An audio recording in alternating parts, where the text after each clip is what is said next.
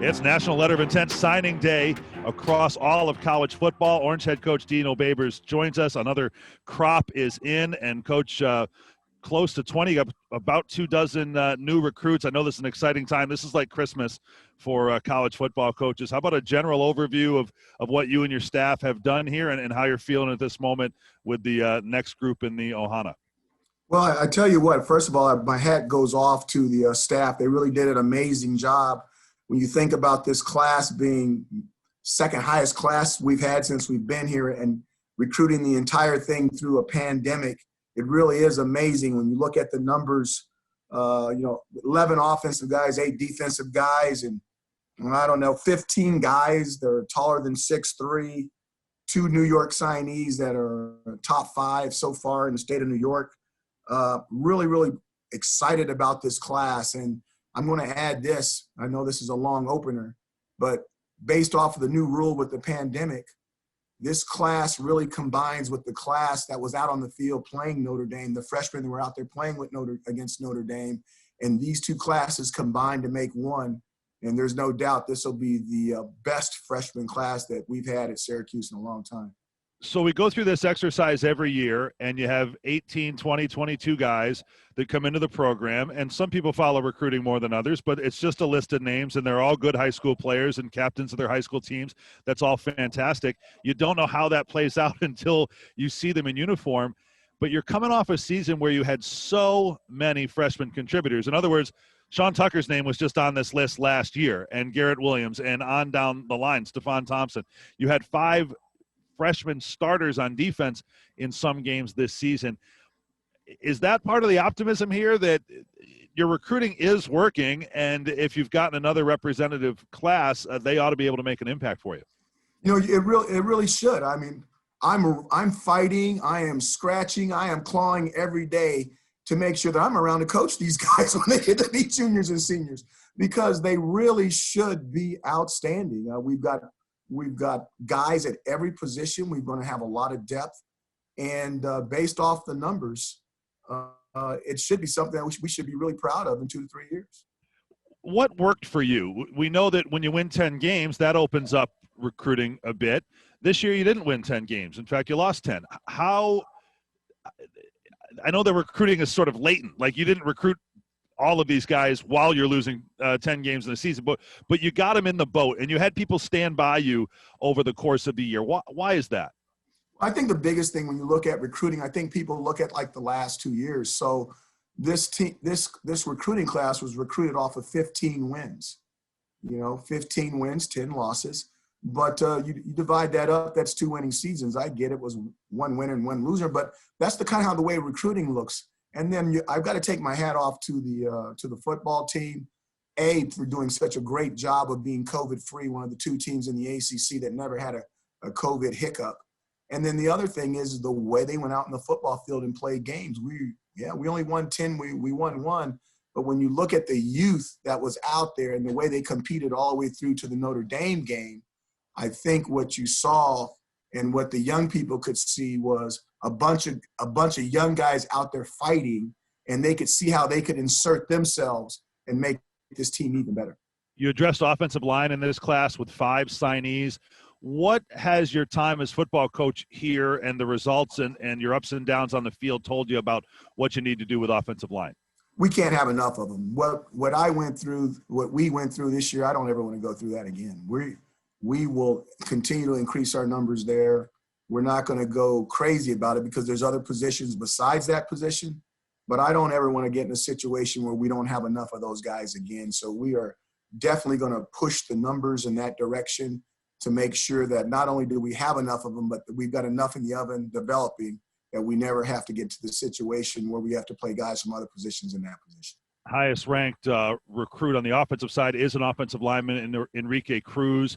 He's from Chicago. You've got Deuce Chestnut is a name that I think the fans were excited about, and followed another 4-star recruit who's the highest ranked guy on the defensive side. And we'll get into the geography in a second. One more kind of position question. You got a dynamic running back in Huff that's got incredible high school press clippings.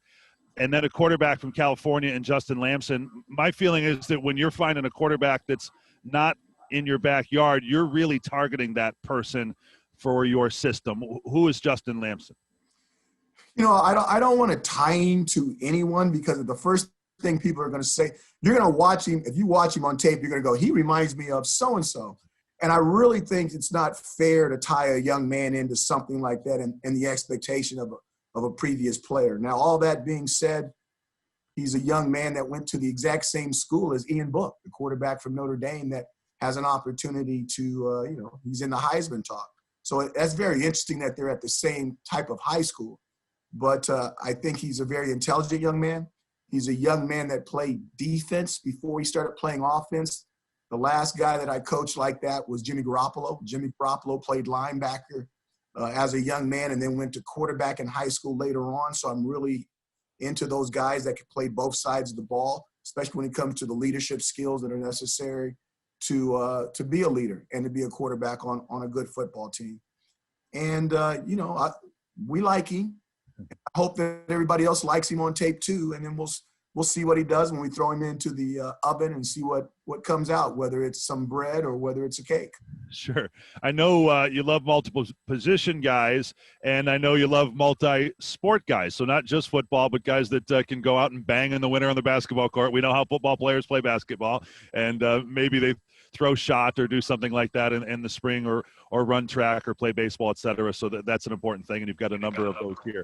Yeah, I always look at the geography, Coach, and I always find it interesting, particularly since you've come on board, because you've blended not only your recruiting ties in the past, maybe in the Great Lakes, but have gone into the ACC footprint while trying to maintain some of Syracuse's historical recruiting ground. So this is like Noah's Ark here. You've got 2 in the Bronx. You've got 2 in Pennsylvania. You've got a couple in New Jersey. You've got Atlanta. You've got Fort Lauderdale. You've got a couple in South Carolina. So it looks like you kind of went and picked around and marked your territory. To me, it's more representative than any individual class that I can recall in terms of where you should be getting people from. I thought the coaches did a fantastic job. Obviously we have some extra additions to our recruiting department that's obviously helped. We've got more people out there looking at more individuals, but I also think it's a compliment, and it says a lot about the academic institution that we're sitting here and working for, Syracuse University. You can, the S east of the Mississippi is kind of like that S west of the Mississippi. Everybody knows what the S stands for. It's not the other one that's in Palo Alto. It's up here in Syracuse, New York. And academics matter. Private school institution matters to the moms and dads. And I think that's a lot. I thank Syracuse University for the academic support and the way people understand how their students and how their young men are going to be taught, how their sons are going to be taught if they go to school here, and how they're going to be taken care of, and how their lives are going to be changed walking around with a Syracuse University degree up on the wall and in their back pocket.